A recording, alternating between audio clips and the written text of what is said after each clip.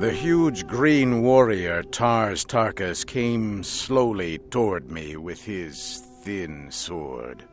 I backed away. I did not want to fight him. I did not wish his death. He had been as kind to me as a green Martian can be. As I stood watching him, a rifle fired in the distance. Then another, and another. Tars Tarkas and his warriors were under attack from another tribe of green warriors. Within seconds, a terrible battle raged. As I watched, 3 of the attackers fell on Tars Tarkas. He killed one and was fighting with the other 2 when he slipped and fell. I ran to his aid, swinging my sword. He was on his feet. Shoulder to shoulder, we fought against the attackers. They finally withdrew after an hour of fierce fighting.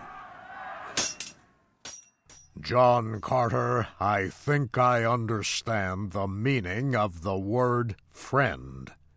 You saved my life when I was about to take yours. From this day, you are no longer a captive among our people, but a leader and great warrior among us. There was a smile on his face. Once again, he took off a metal band from his arm and gave it to me. I have a question for you, John Carter. I understand why you took the Red Woman with you. But why did Sola leave her people and go with you? She did not want to see me or the princess harmed. She does not like the great games held by your people where captives are led to die. She knows if she is caught, she too will die in the games. She told me she hates the games because her mother died there. What? How could she know her mother? She told me her mother was killed in the games because she had hidden the egg that produced her. Her mother hid Sola among other children before she was captured. Sola said she was a kind woman, not like others of your tribe. Tars Tarkas grew angry as I was speaking, but I could see past his anger. I could see pain in his eyes. I immediately knew Sola's great secret. I have a question for you, Tars Tarkas. Did you know Sola's mother? Yes, and if I could have, I would have prevented her death. I know this story to be true. I have always known the woman who died in those games had a child. I never knew the child. I do now. Sola is also my child.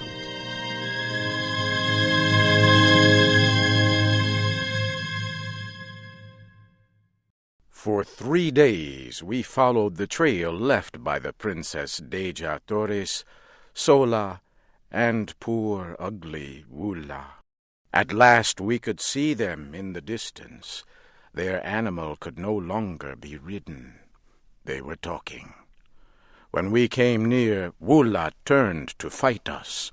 I slowly walked to him with my hand out. Sola was standing nearby. She was armed and prepared to fight. The princess was lying next to her feet. Sola, what is wrong with the princess? She has been crying much these past few days, John Carter. We believed you died so we could escape. The thought of your death was very heavy on this woman, my friend Dejah Thoris. Come and tell her you are among the living. Perhaps that will stop her crying.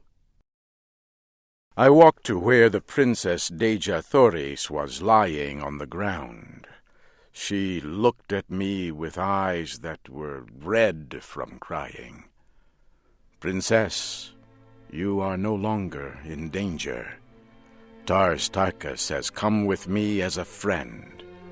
He and his warriors will help to see you safely home.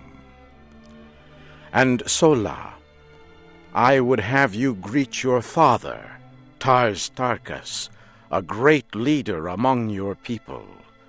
Your secret no longer means death to anyone. He already knows you are his daughter.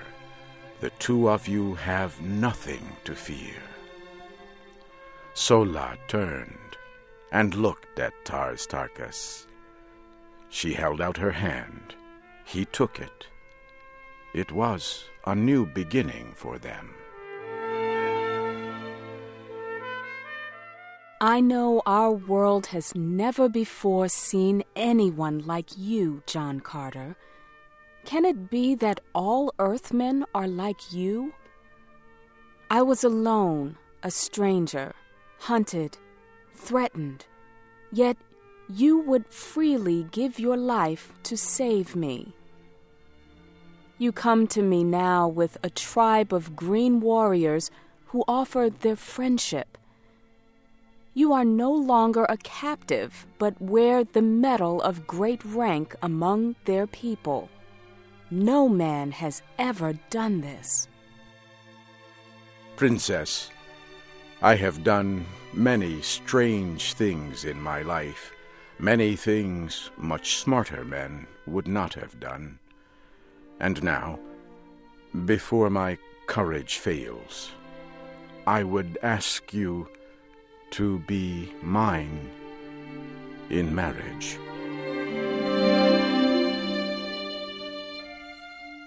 She smiled at me for a moment, and then her dark eyes flashed in the evening light.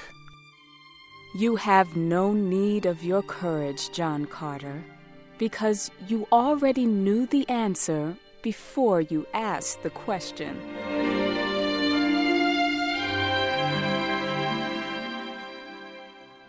Several days later, we reached the city of Helium. At first, the red men of Helium thought we were an attacking army, but they soon saw their princess. We were greeted with great joy. Tars Tarkas and his green warriors caused the greatest excitement. This huge group of green warriors entered the city as friends and allies. I soon met Tardos Mors, the grandfather of Dejah Thoris. He tried several times to thank me for saving the life of the princess, but tears filled his eyes, and he could not speak.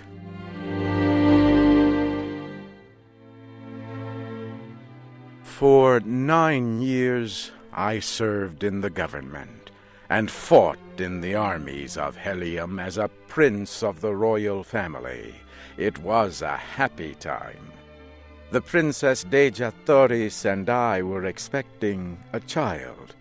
Then, one day, a soldier returned from a long flight. When he landed, he hurried to the great meeting room.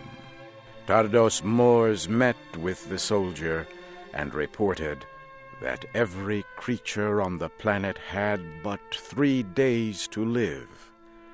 He said the great machines that produced the atmosphere on the planet had stopped producing oxygen.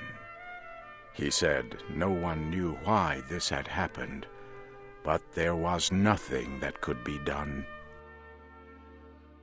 The air grew thin within a day. Many people could do nothing but sleep.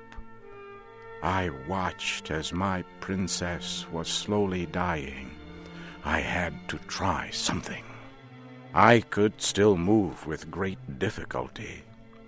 I went to our airport and chose a fast aircraft. I flew as fast as I could to the building that produced the atmosphere of the planet. Workers were trying to enter. I tried to help. With a great effort, I opened a hole. I grew very weak. I asked one of the workers if he could start the engines. He said he would try. I fell asleep on the ground. It was dark when I opened my eyes again. My clothing felt stiff and strange. I sat up. I could see light from an opening. I walked outside. The land looked strange to me. I looked up to the sky and saw the red planet Mars. I was once again on Earth in the desert of Arizona. I cried out with deep emotion. Did the worker reach the machines to renew the atmosphere? Did the air reach the people of that planet in time to save them? Was my Princess Dejah Thoris alive, or did she lie cold in death? For 10 years now, I have watched the night sky looking for an answer. I believe she and our child are waiting there for me. Something tells me that I shall soon know.